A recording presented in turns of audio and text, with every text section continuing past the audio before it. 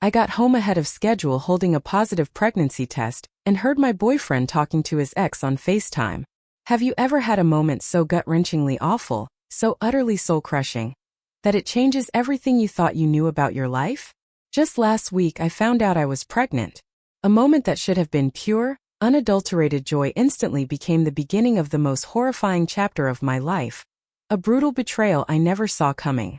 Bradley and I had been together for almost 3 years. 3 years. We weren't actively trying for a baby, but we talked about kids, about our future. He always said he wanted them someday. Lately, though, things had been off. He was distant, working late, weird about money. I thought maybe, just maybe, a baby would be the miracle we needed, a way to pull us back together.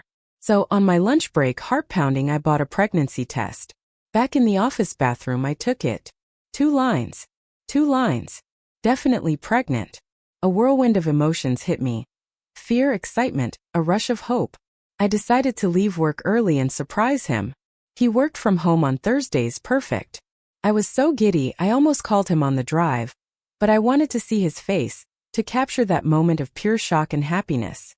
Our apartment complex has this strange layout where you can see right into our living room windows from the parking lot.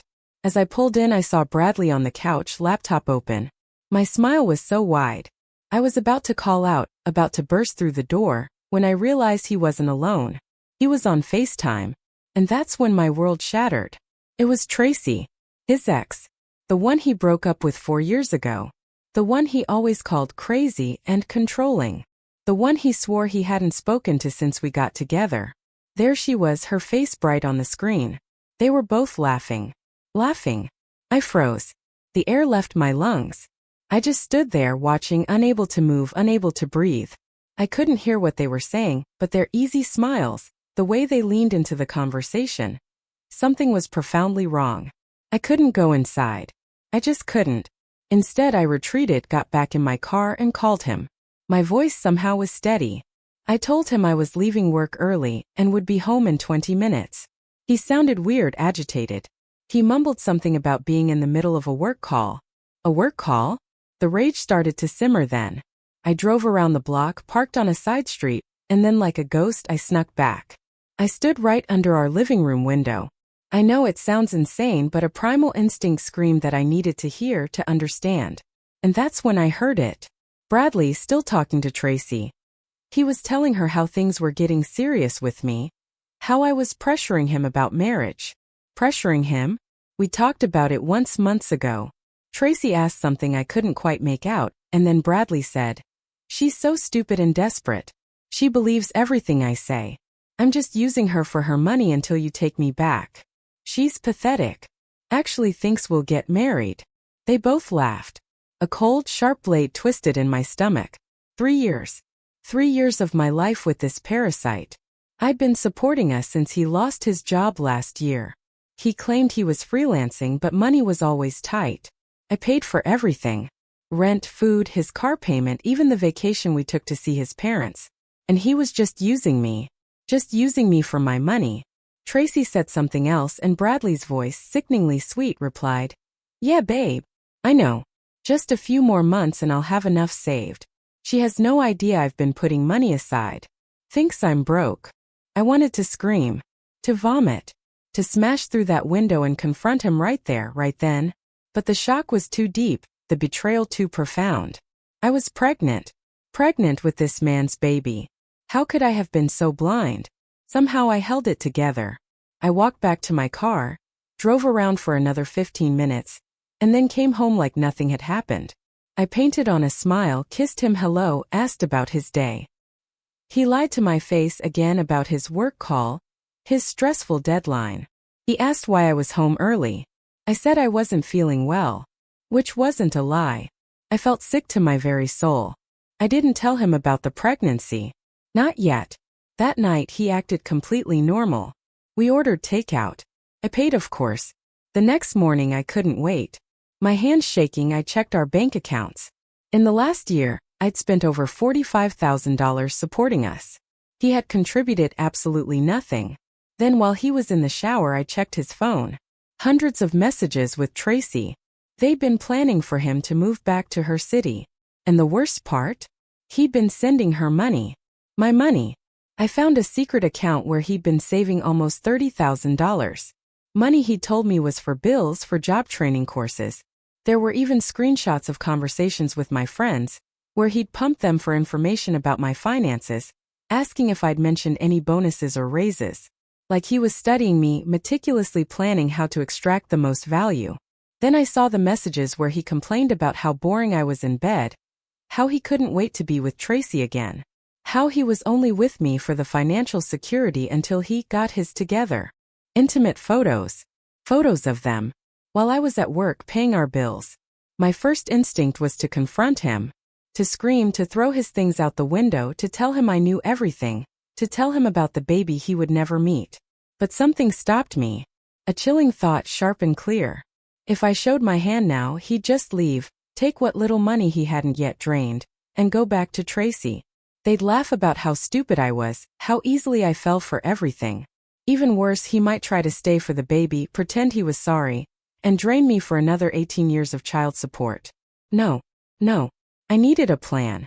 Bradley thinks I'm a doormat. He thinks he can use me and discard me when he's done. He thinks I'm too stupid to see through his lies. He thinks I'll just cry and beg him to stay when he eventually leaves.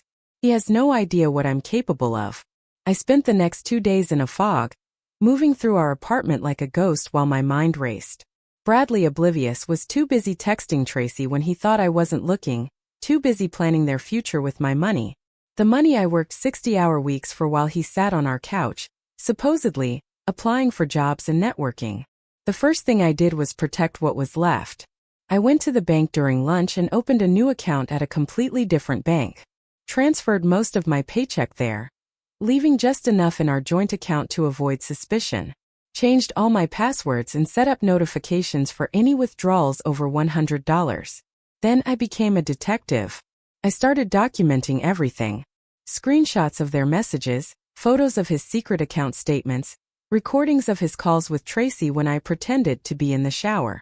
I even found receipts for designer purses and jewelry he bought her using my credit card, while I was buying store-brand cereal to save money.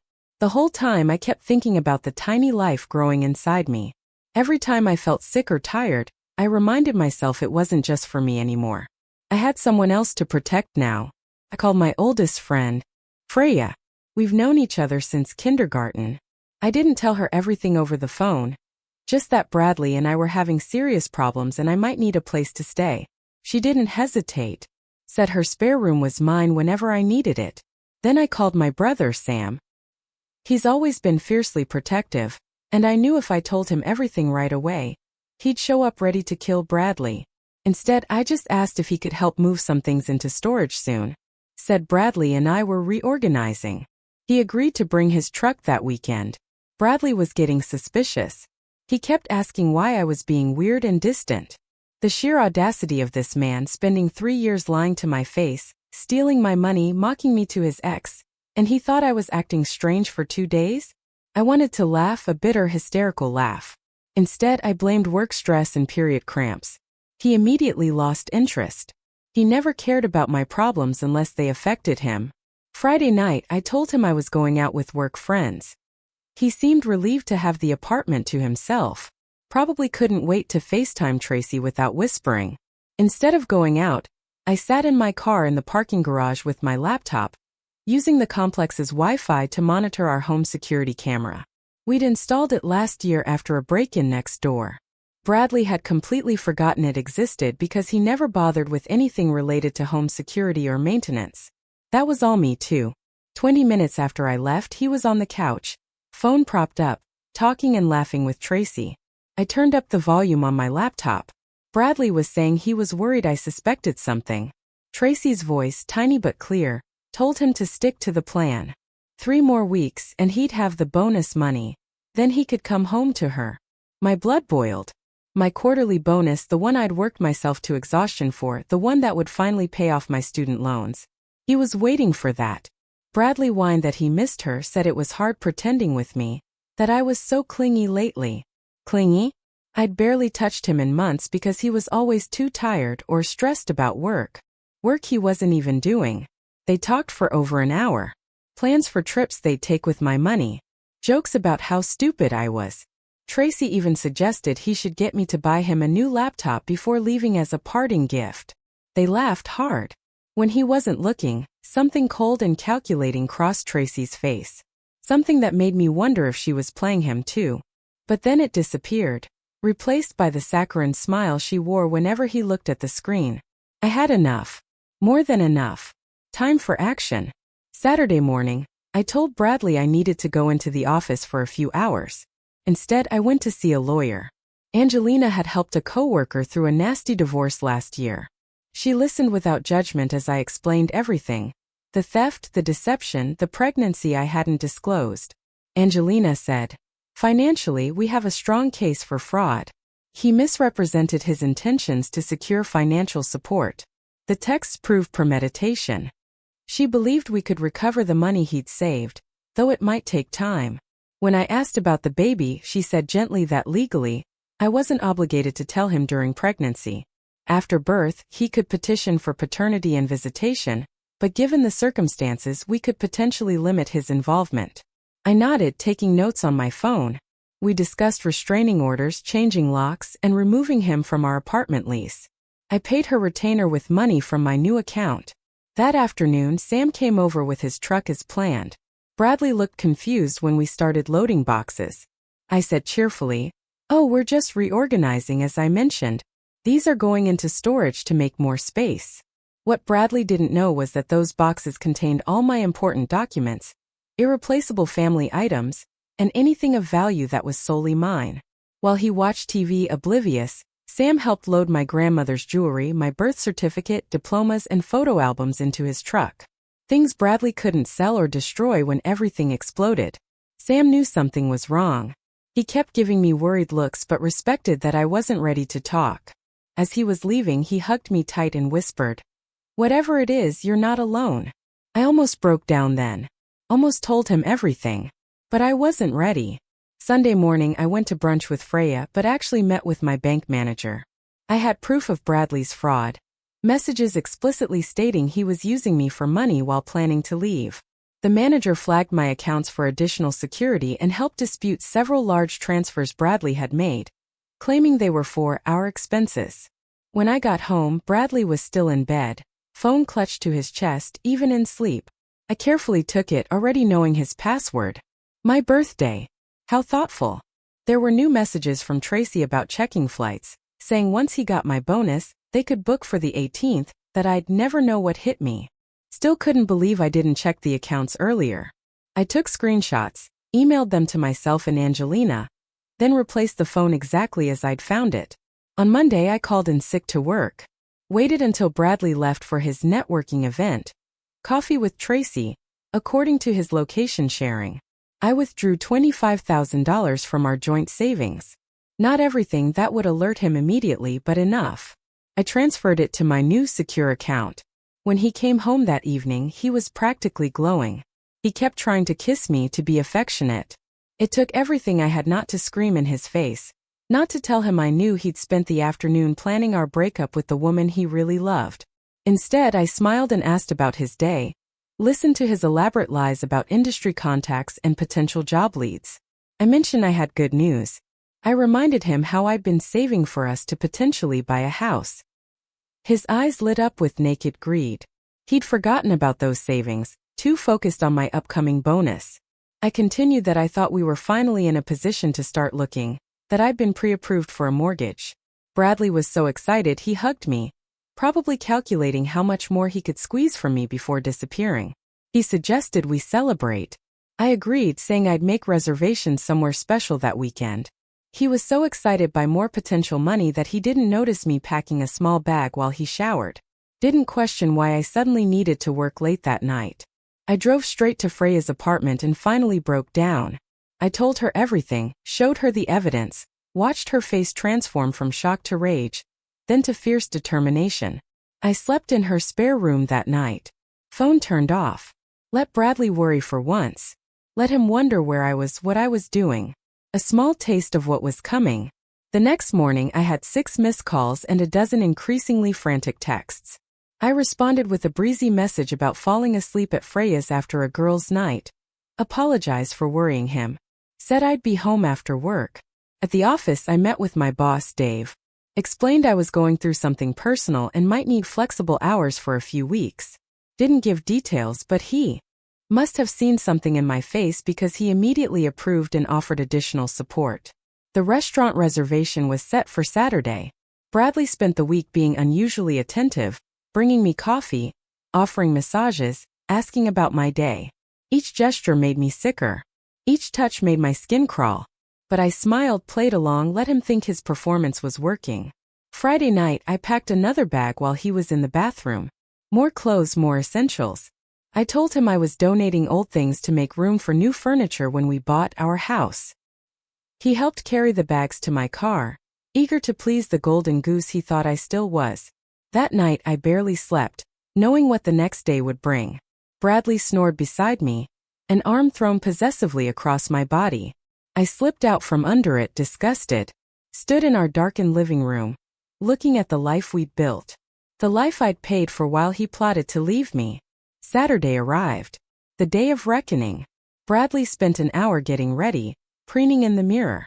I wore a simple black dress and the necklace my mother gave me before she died. Something about having her close today felt important. As we drove to the restaurant, Bradley chatted excitedly about house features he wanted. A home office, a game room, a hot tub. I nodded and smiled, letting him spin his fantasies while mentally checking off final preparations for what was about to happen. The restaurant was upscale. Bradley's eyes widened at the menu prices. I told him generously to get whatever he wanted. Today we celebrate. He ordered the most expensive steak, premium cocktails, appetizers, running up a tab that almost made me laugh. One last meal on my dime. While we waited for dessert, I excused myself to the bathroom. Checked my phone to confirm everything was in place. Texted Freya. It's time. I returned to the table, calm and collected.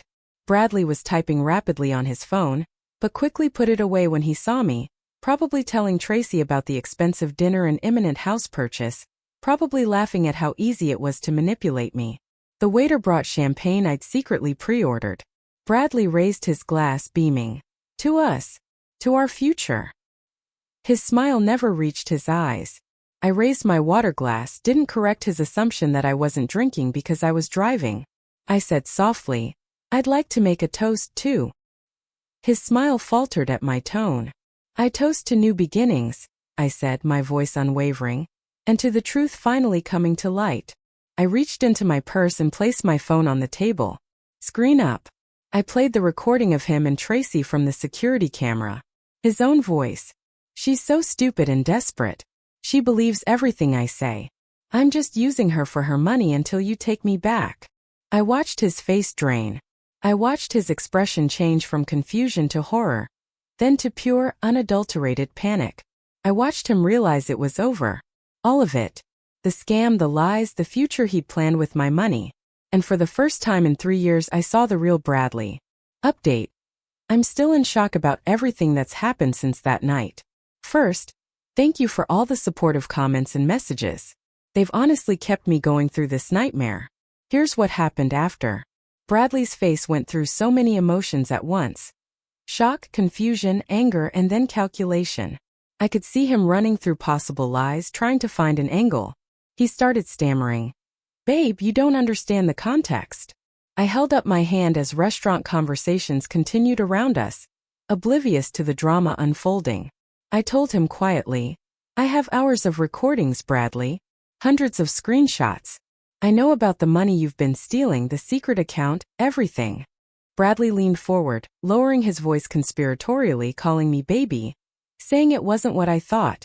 Claimed he and Tracy were just joking around, that she'd been trying to get him back. But he told her no. I actually laughed. A dry, bitter laugh at the audacity of him continuing to lie after I'd played his own words back to him. I reminded him about the $30,000 of my money he'd sent her. The expensive bracelet he bought her while telling me we couldn't afford to fix my car.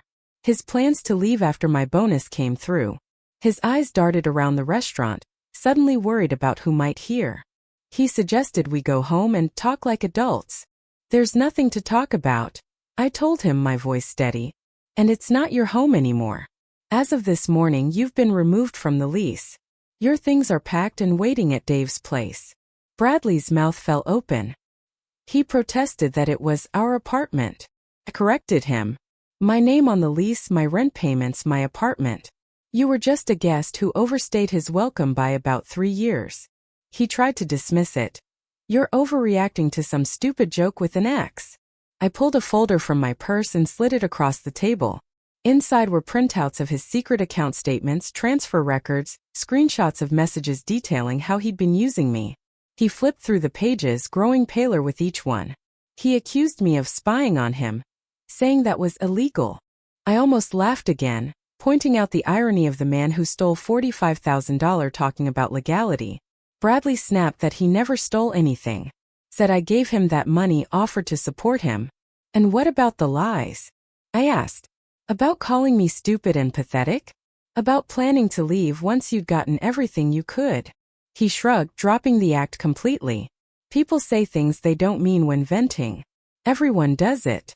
I asked if that's what he was doing when sending her my money, making reservations to her city, buying gifts with my credit card. He asked, "What do you want?" "Money. An apology." I said simply, "I want you gone.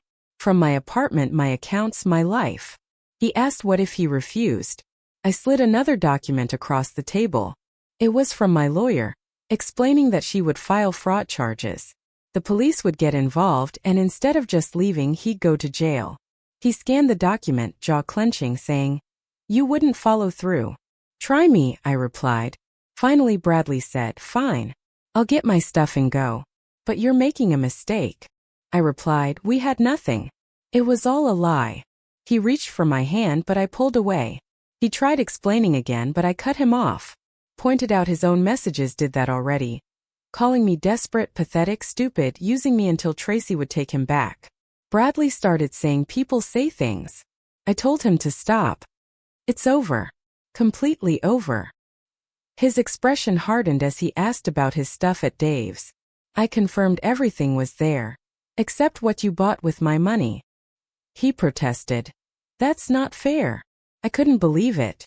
I asked if he wanted to talk about fair after stealing from me for years, mocking me behind my back, planning to abandon me once he'd taken everything. I told him he'd lost the right to talk about fair. He asked what if he went back to the apartment instead. I explained calmly that the locks were changed, security informed, his key fob deactivated, and Sam's waiting there just in case. His face flushed with anger, saying, "You had it all planned out." I replied, "I learned from the best. You spent 3 years planning to use and discard me." I took a week to plan my response. Bradley stood abruptly, his chair scraping loudly. "This wasn't over," he snarled. "It was completely over." "Goodbye," I said. He stormed out. I called Sam to warn him Bradley might try coming to the apartment. Sam assured me he and Freya were there. "We've got your back," he said. I drove home, finding Sam and Freya on the couch with wine. Freya asked how it went, poured me a glass before remembering and apologizing. Sam's eyebrows shot up, questioning. I took a deep breath and told them, "I'm pregnant." After a stunned silence, Sam asked if it was Bradley's and if he knew. "Yes, it's his," I said. "And no, he doesn't know. Might never know." Freya promised they were there for me whatever I decided. We talked through what happened at the restaurant and what might come next. Sam worried Bradley could become dangerous when cornered and insisted on staying the night. Freya stayed too in my bedroom while I took the spare room. I just couldn't face the bed I'd shared with Bradley. Around midnight, Bradley started texting. First, anger and threats about lawsuits, then manipulation and apologies, claiming he loved me, but was confused, and that Tracy pressured him. I forwarded each message to my lawyer without responding. At 2 a.m. he showed up, pounding on the door, yelling my name. Sam, a rock, spoke through the door, telling him I didn't want to talk and he should leave. Bradley shouted it was his apartment too. Sam replied, "Not anymore, and you should leave before we call the police." Bradley kept pounding and shouting. Freya had already called 911. By the time officers arrived, Bradley had left, but they took a report for the restraining order documentation. Morning brought dozens more texts from Bradley, cycling back to apologies and explanations. I blocked his number. Sam and Freya helped clean out the last traces of him from the apartment. We found a hidden credit card statement showing more purchases for Tracy, photos of them together from when he claimed to be at job interviews. Around noon, Tracy called. I almost didn't answer, but curiosity won. She said Bradley was telling everyone I was crazy, making up accusations because I was obsessed, trying to ruin his life because he was breaking up with me. When I asked why she was telling me this, she said she thought I should be prepared. He's very convincing. Something in her tone made me pause. I asked how she would know that. She laughed softly, explaining he did the same to her 4 years ago. Used her for money, cheated, then called her psychotic when she found out. I sat down, confused about her FaceTime with him, planning their future, him sending her my money. She said she was playing him like he played me, but she knew what he was from the start this time. Said she just wanted her money back that he stole before moving on to me. I asked, why didn't you tell me sooner? She said simply that he was dangerous when cornered, and I just cornered him publicly. He was humiliated, exposed, unpredictable. After hanging up, I sat staring at my phone, unsure if she was telling the truth, or if this was just another game. I called my lawyer about the conversation. She advised adding Tracy to the restraining order, just to create clear boundaries with everyone involved. Sunday passed with more texts from Bradley from new numbers. I forwarded them all without reading beyond the first few words. Monday, I went to work trying to focus on normal life. Dave checked in without pushing for details. At lunch, I scheduled a prenatal appointment, finally making the pregnancy feel real.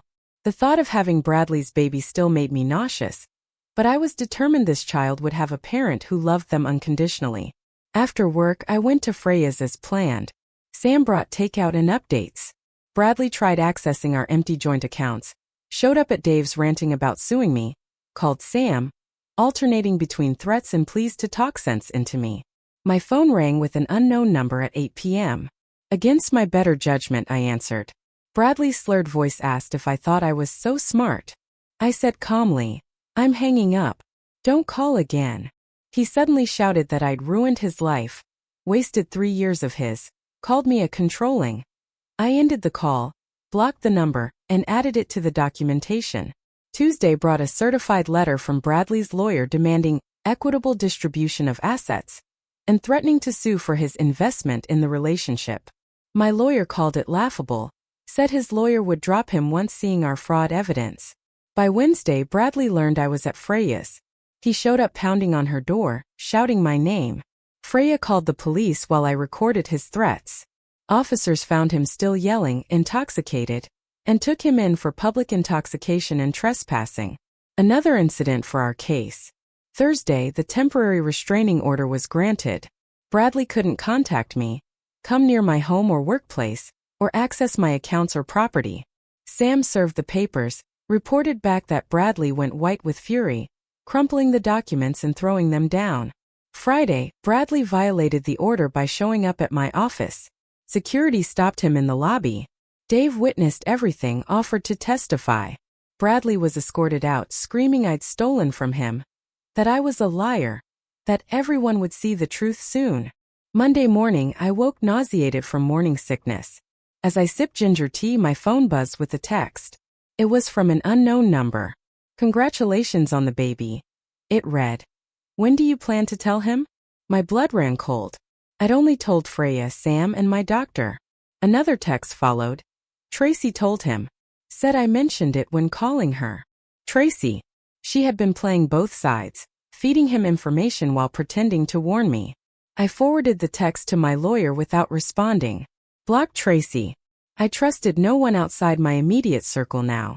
At work, I met with HR, explained the situation generally, abusive ex, restraining order, workplace safety concerns. They were incredibly supportive, notified security, offered flexible arrangements. That afternoon, my lawyer called with news. The judge granted a permanent restraining order and was considering criminal charges for financial fraud based on our documentation. She said it was a good outcome, that I did everything right. That night, I lay in bed, thinking about raising this child alone, about explaining their absent father, the potential custody battles. But for the first time in years, I was living authentically. No more subsidizing someone else's dreams while postponing mine. No more accepting scraps of affection while being mocked behind my back. No more being anyone's fool. Bradley thought he'd broken me. Instead, he'd freed me. He didn't realize that by showing me the worst of him, he showed me the strength in myself I never knew I had. What do you guys think? Have you ever had to fight back against someone who underestimated you like this? I'm still figuring out how to move forward, and I'd love to hear your thoughts and experiences in the comments below.